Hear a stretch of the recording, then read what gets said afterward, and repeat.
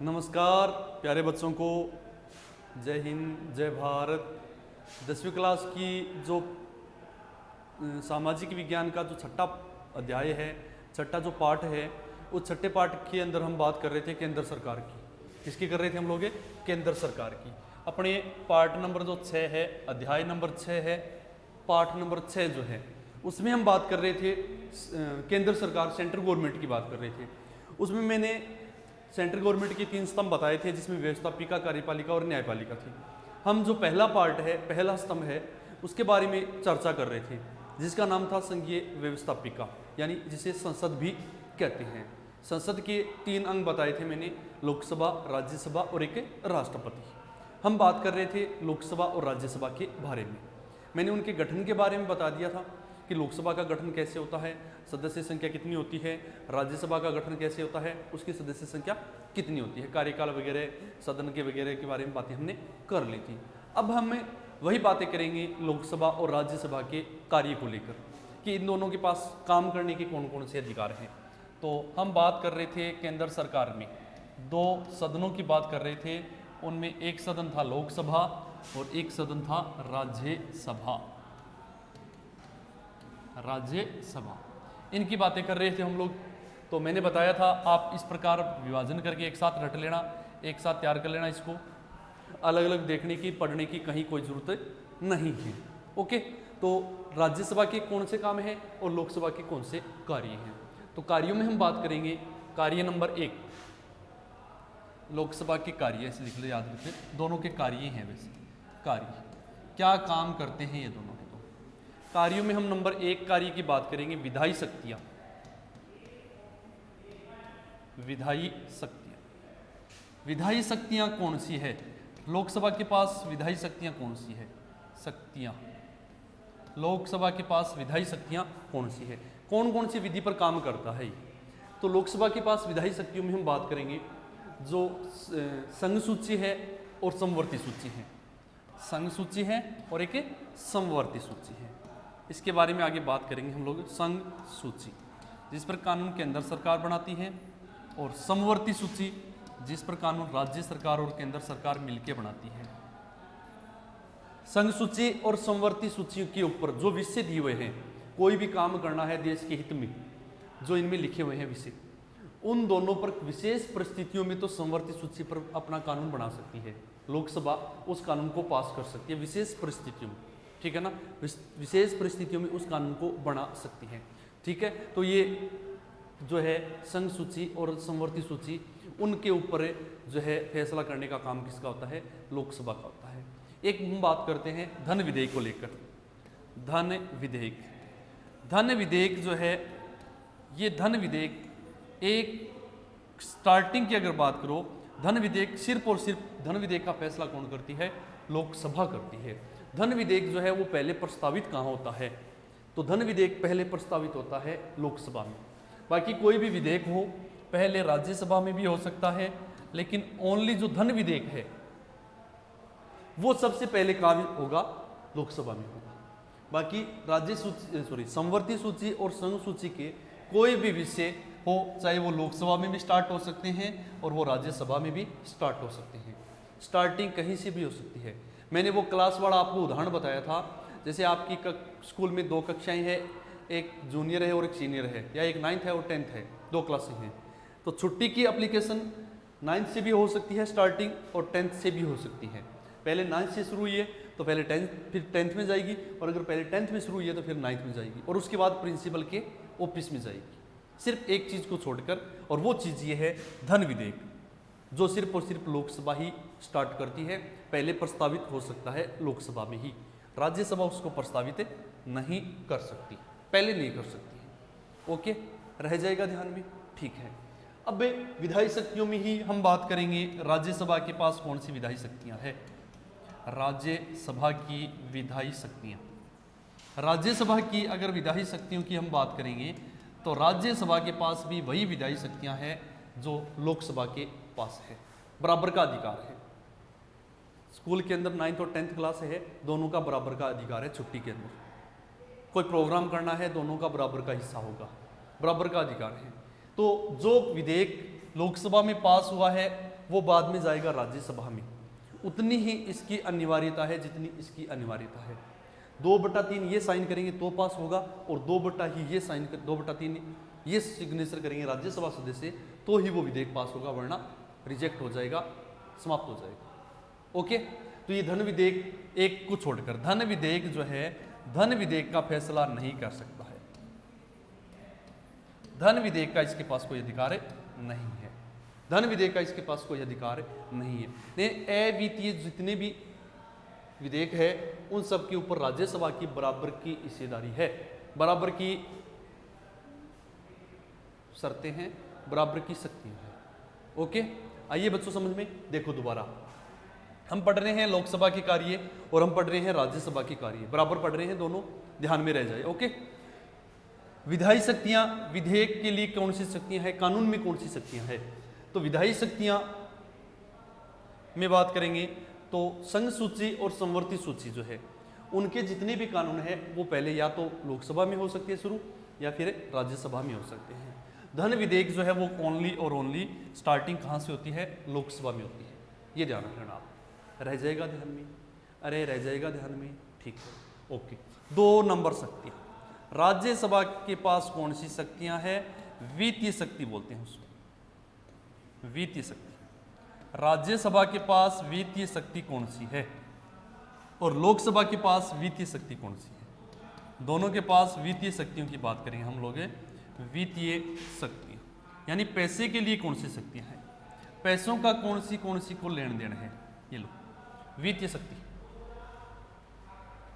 वित्तीय शक्तियां हैं ये, वित्तीय शक्ति है, वित्तीय शक्ति कौन सी है? राज्यसभा के पास कौन सी है और लोकसभा के पास कौन सी है?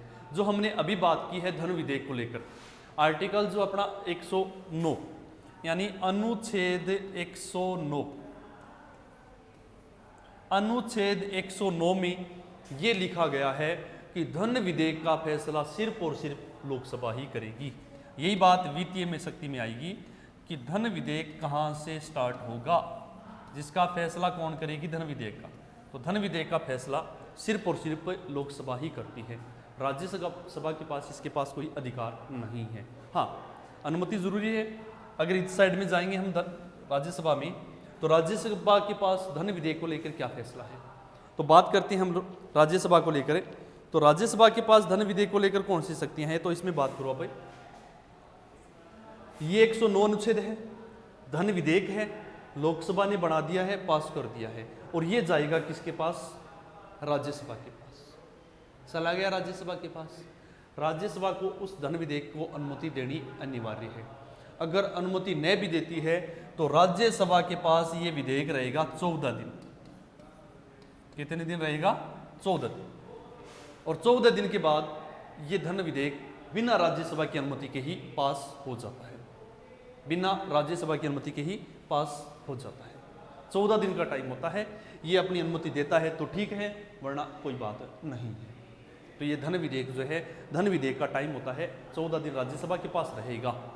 दूसरा, धन विधेयक पर राज्यसभा अपना सुझाव दे सकती है, अपना प्रस्ताव दे सकती है, अपना कोई तरीके का प्लान बता सकती है, लेकिन उस चीज़ को लोकसभा माने ये जरूरी नहीं है। जो धन विधेयक इसने बना के भेजा है वैसा का वैसा इसको स्वीकार करना पड़ेगा। ये कह सकती है कि भी थोड़ा ऐसा नहीं होना चाहिए, ऐसे होना चाहिए, कह सकती है, इसकी मर्जी है, लेकिन ये मानने इसके लिए जरूरी नहीं है, बाध्य नहीं है। तो धन विधेयक का एक ही ध्यान रखना आप, एक ऐसा विधेयक है जो सिर्फ लोकसभा ही पास करती है। राज्यसभा के पास इसको लेकर कोई शक्तियां नहीं है, वो सिर्फ 14 दिन उसको रोक सकती है। 14 दिन का टाइम होता है उसके पास, या तो सिग्नेचर कर दो वरना अपने आप पास हो जाएगा। ये है वित्तीय शक्तियों के अंदर लोकसभा और राज्यसभा की। आइए समझ में, ठीक है। अगला नेक्स्ट चलते हैं हम लोग। दोबारा देखो वही चीज़ें, एक साइड में आप लिख लोगे लोक सभा और एक साइड में लिख दो आप राज्य सभा। एक साइड में लोकसभा है और एक साइड में राज्यसभा है, ठीक है। और ये बीच में आप लाइन खींचते। अब देखो शक्तियां नंबर हमने 2 पढ़ ली है, 3 शक्तियां, तीसरी शक्ति तीसरी शक्ति है कार्यपालिका की शक्ति। कौन सी? कार्यपालिका पर नियंत्रण। लोकसभा कार्यपालिका संबंधी किस प्रकार का नियंत्रण करती है और राज्यसभा किस प्रकार का नियंत्रण करती है? कार्यपालिका पर नियंत्रण। तीसरी शक्ति है कार्यपालिका पर नियंत्रण शक्ति। बताओ। और वही की वही शक्ति है इसमें कि लोकसभा में कार्यपालिका शक्ति कौन सी है और राज्यसभा में कार्यपालिका शक्ति कौन सी है। इनमें हम बात करेंगे कार्यपालिका संबंधी शक्ति है। ठीक है, अब बताओ। संघीय कार्यपालिका, संघीय कार्यपालिका जिसमें लोकसभा आती है, उसका मंत्रिमंडल आता है। लोकसभा आती है और उसका मंत्रिमंडल आता है, यानी लोकसभा व उसका मंत्रिमंडल। लोकसभा व मंत्रिमंडल किसके लिए काम करते हैं? तो ये संसद के प्रति उत्तरदायी होती है। किसके प्रति? संसद के लिए। कोई एक बंदे के लिए नहीं काम करती है, ये संसद के लिए उत्तरदायी होती है। संसद के लिए काम करती है, संसद के लिए उत्तरदायी होती है। किसके लिए उत्तरदायी होती है? ये संसद के लिए उत्तरदायी होती है, संसद के लिए काम करती है। ठीक है ना।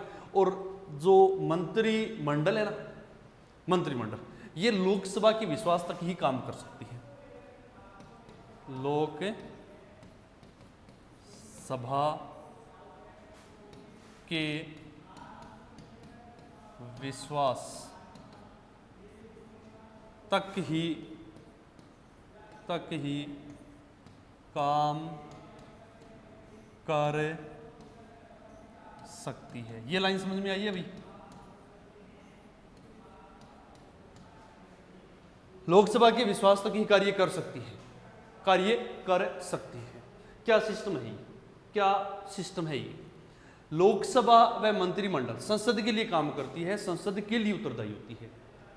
ठीक है ना। संसद के जो हित होंगे वही हित ये करेगी, वही काम ये करेगी, लोकसभा और उसकी मंत्रिमंडल।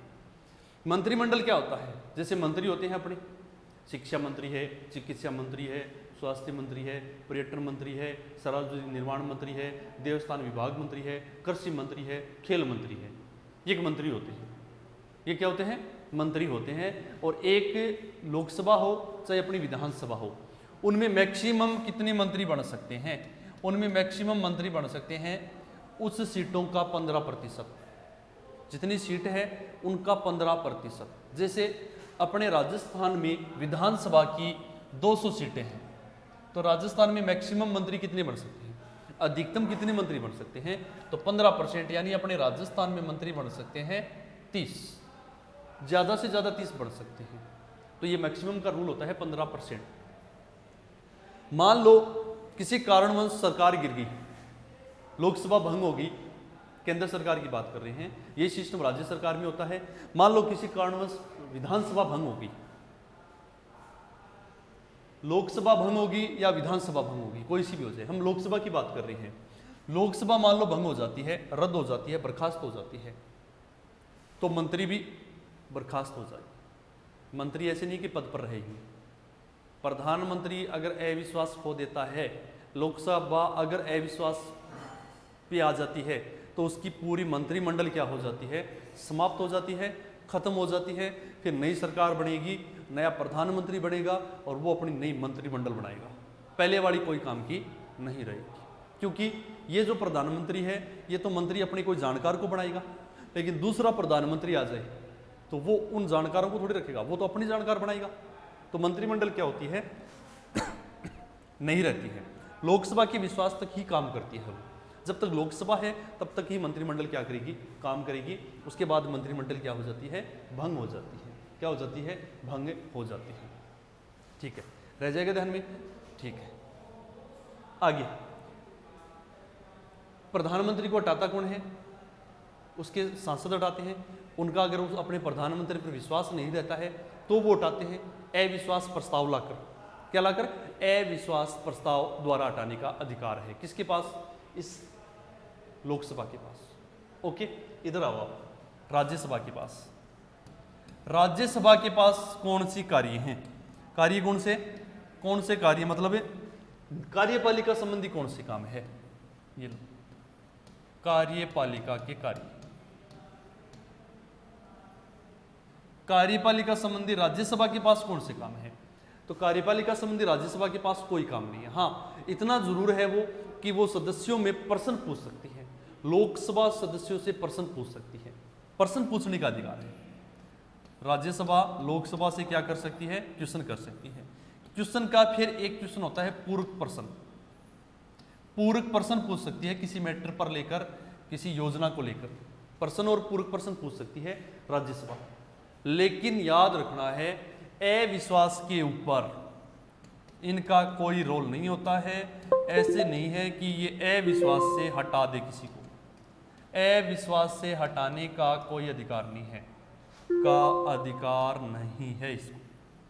ये सिर्फ पूछ सकती है क्वेश्चन और उसका पूर्व क्वेश्चन, ठीक है ना, लेकिन उसको अविश्वास से हटाने का कोई अधिकार नहीं, अविश्वास से हटाने का अधिकार नहीं है। अविश्वास से हटाने का अधिकार नहीं है, ये ध्यान रखना है। तो वो क्वेश्चन पूछ सकती है किससे? राज्यसभा क्वेश्चन कर सकती है लोकसभा से, लेकिन उसका क्वेश्चन का पूर्व प्रश्न भी पूछ सकती है, पूर्व क्वेश्चन भी कर सकती है। लेकिन जो अविश्वास से लोकसभा प्रधानमंत्री को हटा सकती है, वैसे ये नहीं है कि राज्यसभा अविश्वास से प्रधानमंत्री को हटा दे। ऐसा इनके पास कोई अधिकार नहीं है, ऐसा कोई अधिकार नहीं। ठीक है भैया, रह जाएगा ध्यान में, ठीक है। अब देखो नेक्स्ट, कितने काम हो गए भी? 3 हो गए ना। चौथा कार्य देखो, वैसे वापस लिखो आप लोकसभा और एक साइड में राज्यसभा।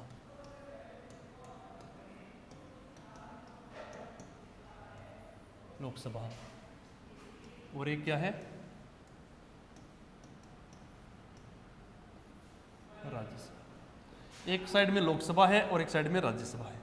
ये क्या सिस्टम है इनका? चौथा काम अगला, संविधान संशोधन शक्ति क्या है इसके पास?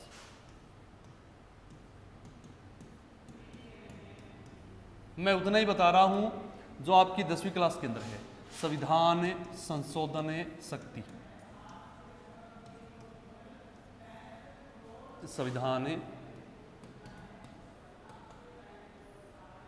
संशोधन शक्ति। ये लो, संविधान को संशोधित करने की कौन कौन सी शक्तियां हैं लोकसभा के पास और कौन कौन सी शक्तियां हैं राज्यसभा के पास? तो संशोधन से संबंधित दोनों के पास लगभग बराबर की शक्तियां हैं, ठीक है ना। दोनों साथ मिलकर संविधान का क्या करती है? संशोधन करती है। अनुच्छेद 368 के तहत, 368 के तहत लोकसभा और राज्यसभा मिलकर कोई भी कानून बना सकती है और कानून हटा सकती है, नया भी बना सकती है और पुराने वाले में कोई संशोधन भी कर सकती है, ठीक है ना, चेंजिंग भी कर सकती है। जैसे आरक्षण का मुद्दा है, आरक्षण को हटाना है या आरक्षण को बढ़ाना है, ये काम सिर्फ और सिर्फ संविधान संशोधन के द्वारा ही जरूरी है, हो सकता है। और संविधान संशोधन जो है लोकसभा और राज्यसभा दोनों मिलकर करती है, दोनों के पास बराबर की शक्तियां हैं। उसमें इसके पास भी यही शक्ति है, सेम एज संविधान संशोधन शक्ति, संविधान संशोधन शक्ति, दोनों के पास सेम शक्तियां हैं, कोई अंतर नहीं है। जितनी जरूरी लोकसभा की है उतना ही जरूरी राज्यसभा का है, तभी संशोधन होगा। कोई एक आदमी के कहने से संविधान में संशोधन नहीं होता है, पुराना कानून एक आदमी के कहने से नहीं हटता है। जैसे लोकसभा में कुल सीटें हैं 552, ठीक है, संशोधन करना है हमें किसी मैटर को लेकर, आरक्षण को लेकर, आरक्षण को बढ़ाना है, घटाना है, जो भी कोई संशोधन करना है, तो इन 552 के 2/3 जो लोग हैं वो एक एप्लीकेशन के ऊपर सिग्नेचर करेंगे, सिग्नेचर कर दिया सिग्नेचर। ये पूरी एप्लीकेशन जो है 2/3 सिग्नेचर की हुई, इसे विधेयक बोलते हैं। और ये विधेयक जाएगा फिर राज्यसभा के पास। किसके पास? राज्यसभा के पास। वही सिस्टम यहाँ पे है, राज्यसभा भी क्या करेगी, उसके 2/3, राज्यसभा में सीटें कितनी है? 250 है, तो इनके 2/3 इस पर साइन करेंगे। यहाँ 2/3 हुआ है तब यहाँ से पास हुई है और दूसरी जगह गई है, यहाँ से ये 2/3 करेंगे तो पास होगी और फिर तीसरी जगह जाएगी राष्ट्रपति के पास, राष्ट्रपति के पास। और फिर सिग्नेचर करता है उस पर, राष्ट्रपति अपनी मोहर लगाता है और सिग्नेचर करता है। और वो विधेयक यहाँ विधेयक कहलाता है, यहाँ ये विधेयक कहलाता है। राष्ट्रपति के पास पहुँचता है तब तक वो विधेयक ही कहलाता है, लेकिन जैसे ही राष्ट्रपति सिग्नेचर कर देता है उसके बाद में वो विधेयक जो है वो क्या बन जाता है, कानून बन जाता है, कानून बन जाता है। और वो जो चीज़ हमने एप्लीकेशन जो लिखी है वो देश में लागू हो जाती है। ये सिस्टम होता है संविधान संशोधन शक्ति से संबंधित। अनुच्छेद 368 में इन तीनों की बराबर की हिस्सेदारी है। अगर लोकसभा पास न करे तो रिजेक्ट हो जाता है, लोकसभा कर दिया और राज्यसभा न करे तो रिजेक्ट हो जाता है, लोकसभा और राज्यसभा दोनों ने कर दिया लेकिन राष्ट्रपति ने साइन नहीं किया है तो रिजेक्ट हो जाता है। तीनों का बराबर का रोल है, यानी ये तीन चाबी है एक ताले की। तीन चाबी वो नहीं, ताला तब खुलेगा जब तीनों चाबियां लगेगी। जैसे बैंक में होता है ना लॉकर, देखा होगा बैंक में लॉकर का क्या रूल होता है, चाबी आपको दी जाती है एक, और एक बैंक वालों के पास होती है। अकेले बैंक वाले भी उस लॉकर को नहीं खोल सकते हैं और अकेले आप जाकर भी उस लॉकर को नहीं खोल सकते हो। दोनों की चाबियां लगेगी तो ही लॉकर खुलेगा, वरना नहीं खुलेगा।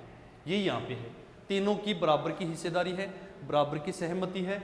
इनमें से अगर आप एक नाट जाएगा, मना कर देगा, तो संविधान का संशोधन नहीं होगा, संविधान संशोधन नहीं होगा। ठीक है, रह जाएगा ध्यान में। ठीक है, अब देखो नेक्स्ट क्या है इसमें। नेक्स्ट की बात करते हैं। अगला अधिकार कितने नंबर है, पीछे कहाँ तक पढ़ लिया, 5 है, 4 हो गए हैं, 4 हो गए हैं। चलो ठीक है, नेक्स्ट अधिकार 5 नंबर। वैसे लिखो वापस, एक साइड में लोकसभा और एक साइड में लिखना है राज्यसभा। लोकसभा और एक राज्यसभा। ये लो, अधिकार 4 पॉइंट हो गए हैं अपने अधिकारों के। ये 5वां पॉइंट, निर्वाचन मंडल के रूप में कार्य। निर्वाचन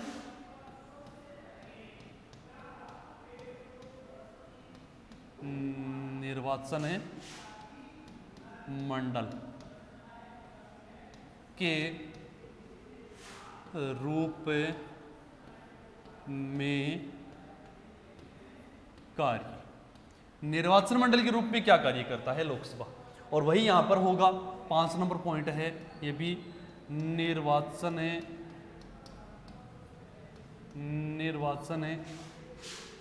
मंडल के रूप में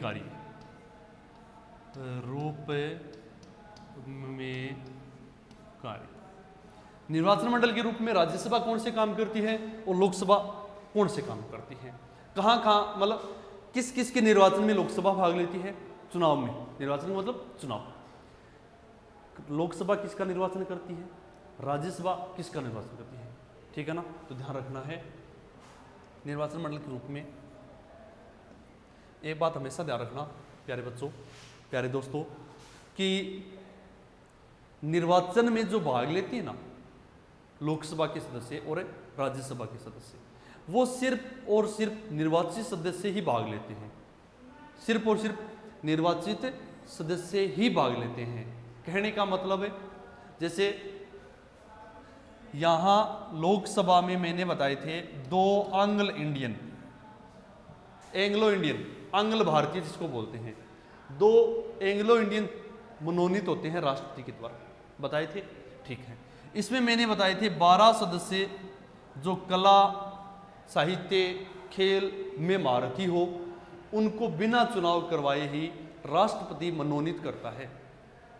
तो राज्यसभा के 12 सदस्य ये और लोकसभा के ये 2 सदस्य चुनाव में भाग नहीं लेते हैं, चुनाव में भाग नहीं लेते हैं। और ये जो लोकसभा सदस्य हैं, लोकसभा सदस्य किस किस का चुनाव करते हैं, ये राष्ट्रपति का चुनाव करते हैं। किसका चुनाव करते हैं, राष्ट्रपति का करते हैं। ये उपराष्ट्रपति का चुनाव करते हैं। किसका करते हैं, उपराष्ट्रपति का चुनाव, उपराष्ट्रपति का चुनाव करते हैं। उपराष्ट्रपति और राष्ट्रपति के चुनाव में क्या लेते हैं, ये लोग भाग लेते हैं लोकसभा के सदस्य।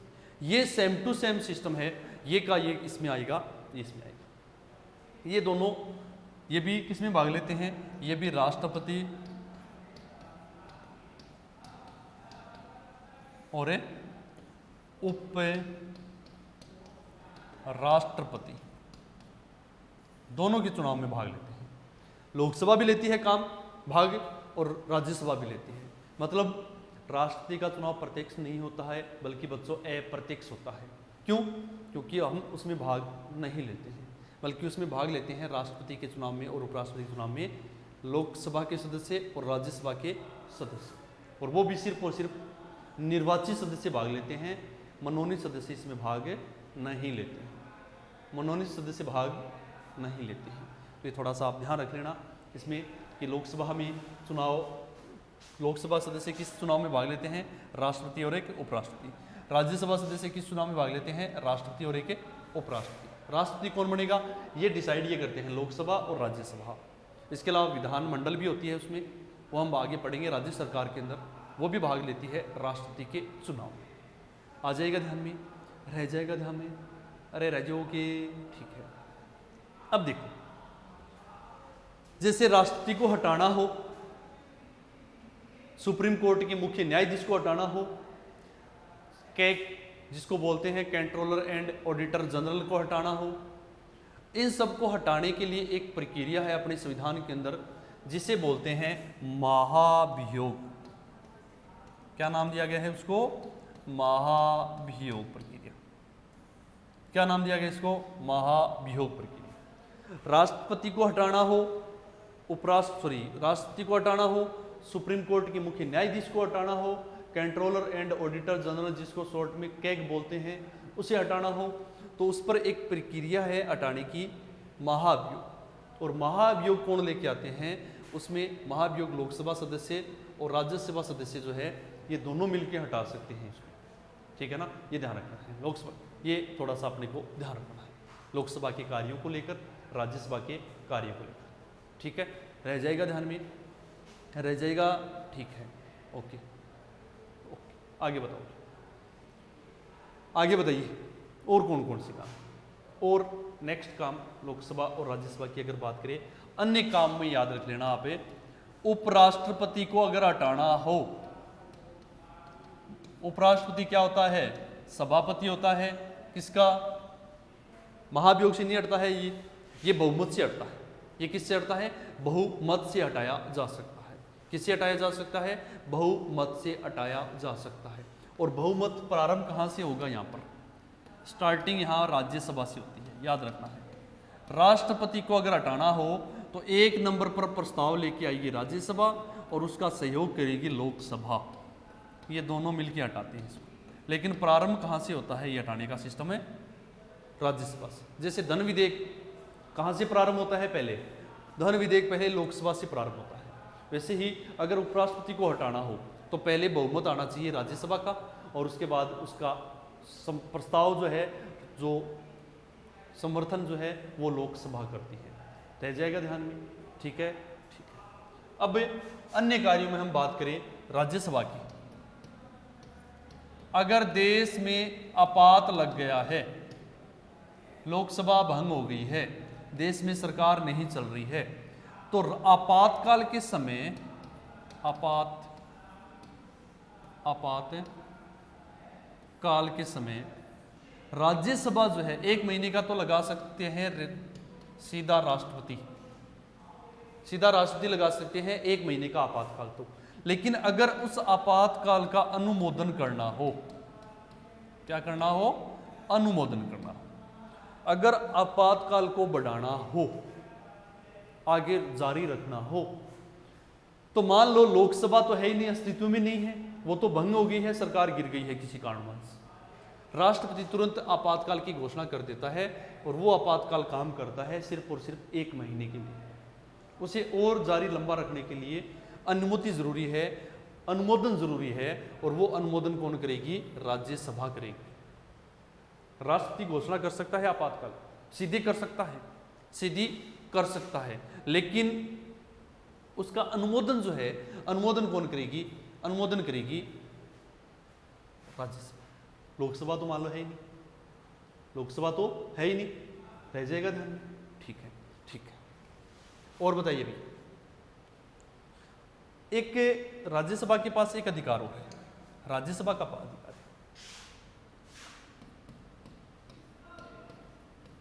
राज्यसभा के पास एक अधिकार है, एक अनुच्छेद है 312, अनुच्छेद है 312। ये राज्यसभा के पास ये अधिकार है, लोकसभा के पास नहीं है ये अधिकार। तब मैंने इनको अलग लिखवाया है कि अलग अधिकार कौन से है। अनुच्छेद 312, अनुच्छेद 312 के तहत राज्यसभा के जो सदस्य हैं उनका 2/3 बहुमत, 2/3 बहुमत अगर पास हो जाए तो 2/3 बहुमत द्वारा अनुच्छेद 312 के तहत राज्यसभा जो है नई कोई अखिल भारतीय सेवाओं की स्थापना करने का अधिकार केंद्र सरकार को दे सकती है। ठीक है ना, अखिल भारतीय सेवाओं का अधिकार केंद्र सरकार को दे सकती है। अखिल भारतीय सेवाएं समझ रहे हो, आईएएस बोलते हैं, आईपीएस बोलते हैं, आईएफएस बोलते हैं। अखिल भारतीय सेवाएं स्थापित करने का अधिकार केंद्र सरकार के पास भेज सकती है। अखिल भारतीय सेवाएं जो सेंट्रल गवर्नमेंट की सेवाएं हैं, जिसको हम कलेक्टर बोलते हैं, ठीक है ना, आईएएस है, आईपीएस है, जो आईएफएस है, ये अखिल भारतीय सेवाएं होती है। तो अखिल भारतीय सेवाओं की स्थापना अगर और कोई नई स्थापना करनी हो, उसका अधिकार ये देती है केंद्र सरकार। अधिकार कौन देती है? ये देती है। कौन है? राज्यसभा। कितने बहुमत के द्वारा? 2/3, 2/3 बहुमत। कौन से अनुच्छेद के तहत है ये? तो अनुच्छेद है इसमें 312 के तहत। कौन से अनुच्छेद के तहत है? 312 के तहत। ठीक है, रह जाएगा अधिकार संसद के पास। ठीक है भाई, ये संसद के पास पहुंचा सकती है, सरकार के पास पहुंचा सकती है। ठीक है, अब आगे एक लास्ट अधिकार और बचा है जो सिर्फ और सिर्फ राज्यसभा का ही है। राज्यसभा का है, एक आर्टिकल्स है, अनुच्छेद है, अनुच्छेद 249। क्या है ये?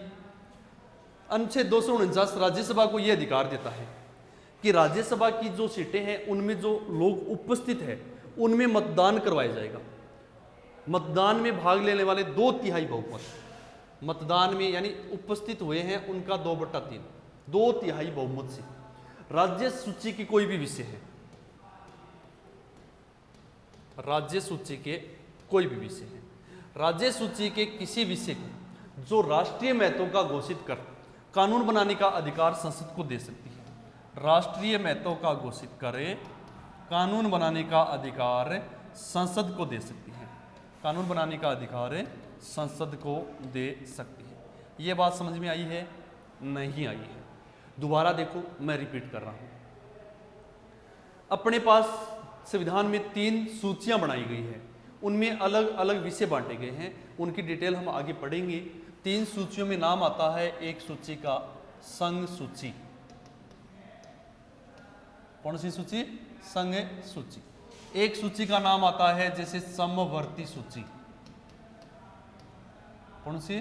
समवर्ती सूची। और एक सूची का नाम आता है जैसे राज्य सूची। 3 सूचियां हैं, 3 सूचियां हैं। सूचियां मतलब इसमें अलग अलग काम बांटे गए हैं, जैसे पोस्ट ऑफिस है, बैंक है, रेलवे है, ये किस में आते हैं? संघ सूची में आते हैं। वन है या फिर और कोई ऐसी चीजें हैं जो दोनों राज्य और सरकार, शिक्षा है, शिक्षा किस में आएगा? समवर्ती सूची में आता है, दोनों मिलके काम करते हैं शिक्षा। राज्य सूची में जैसे पुलिस, दिल्ली पुलिस तो आती है केंद्र सरकार के अधीन, लेकिन जो राज्य की पुलिस है जैसे राजस्थान पुलिस है, राजस्थान पुलिस है, राजस्थान पटवार है, ये पटवार की भर्तियां होती है, भर्तियों के हिसाब से देख लो आप, ये किस में आएंगे? ये आएंगे राज्य सूची के अंदर। किसमें आते हैं? ये राज्य सूची के अंदर आते हैं। मान लो कोई राज्य सूची का विषय है, उस पर कानून राज्य बनाएगा। संघ सूची का विषय है, उस पर कानून केंद्र बनाएगा। समवर्ती सूची का विषय है, उस पर कानून दोनों मिलकर बनाएंगे। तो केंद्र तो सिर्फ संघ सूची पर बना सकता है, समवर्ती सूची पर भी बनाने का उसको अधिकार है। दोनों बनाते हैं मिलकर, लेकिन मेन चलती है केंद्र की है। लेकिन राज्य सूची के ऊपर सिर्फ और सिर्फ कानून कौन बनाएगा? राज्य ही बनाएगा। लेकिन अनुच्छेद 249 में राज्यसभा के पास ये अधिकार दिया गया है कि राज्यसभा जो उनके पास उपस्थित बंदे हैं उनमें उनका बैठक में उपस्थित है उनका 2/3 बहुमत हो जाए, 2/3 बहुमत हो जाए। उन 2/3 बहुमत के द्वारा कहने पर कोई राज्य सूची का विषय है, बस हो गया, राज्य सूची का विषय है, उसे राष्ट्रीय महत्व का घोषित कर देते हैं और अधिकार दे दिया। फिर राष्ट्रीय महत्व का घोषित करने के बाद में अधिकार किसके पास दे दिया? फिर संसद के पास दे दिया। जैसे पुलिस है, पुलिस को यह घोषित कर दिया कि राष्ट्रीय महत्व की है पुलिस, राजस्थान पुलिस ही मान लो, और इसको दे दिया फिर राष्ट्रीय महत्व का घोषित करके संसद के पास छोड़ दिया ये अधिकार। और अब कानून कौन बना सकती है? अब संसद कानून बना सकती है। ये राज्यसभा के पास एक विशेष अधिकार है, स्पेशल अधिकार है। ये लो भाई बच्चों, नमस्कार। ये अपना लोकसभा और राज्यसभा के कार्यों को लेकर चर्चा हो गई है। केंद्र सरकार के हम पार्ट पढ़ रहे हैं संघीय व्यवस्थापिका, उसमें हमने लोकसभा और राज्यसभा के कार्यों के बारे में थोड़ी चर्चा की है। ओके, ठीक है, नमस्ते।